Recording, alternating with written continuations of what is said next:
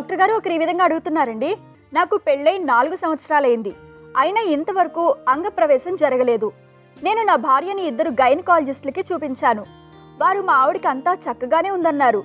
అయినా ఎందుకని సెక్స్ జరగడం లేదు? పరిష్కారం తెలియజేయండి అంటూ అడుగుతున్నారు. సెక్స్ జరగడం లేదంటే చాలా కారణాలు ఉంటాయండి. కొంతమందికి పెర్ఫార్మెన్స్ యాంగ్జైటీ అంటాం. పెర్ఫార్మెన్స్ సరిగ్గా ఆ టైంకి తెలియని భయం వచ్చేస్తుంది, ఆందోళన వస్తుంది, కంగారు వస్తుంది. ఒకటి మాత్రం తెలుసుకోవాలండి, సెక్స్ విషయంలో ఏమాత్రం భయం ఉన్నా, కంగారు ఉన్నా, గాబరా ఉన్నా, ఆందోళన అంగం స్తంభించదు.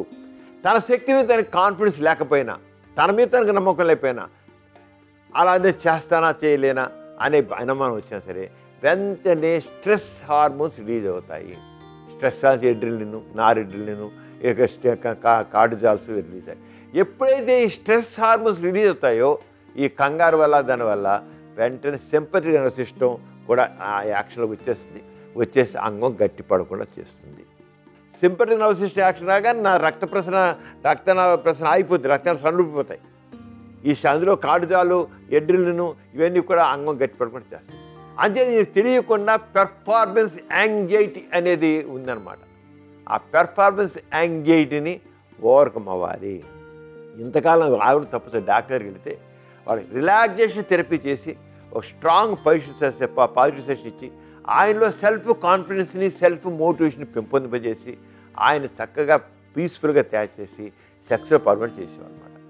అంచేత వేరే రేర్ కేసుల్లో ఎక్కడో హార్మోన్ డిఫిషియన్సీ లేదా రక్త ప్రసరణ లోపాలు లేదా నరాల లోపాలు అవి ఉంటాయి. కానీ ఇప్పుడు ఇలాంటి కేసులు ఎక్కువ మెజారిటీ పీపుల్లో మాత్రం పెర్ఫార్మెన్స్ యాంగ్జైటీ కారణం. ఇది నపుంసకత్వం కాదు.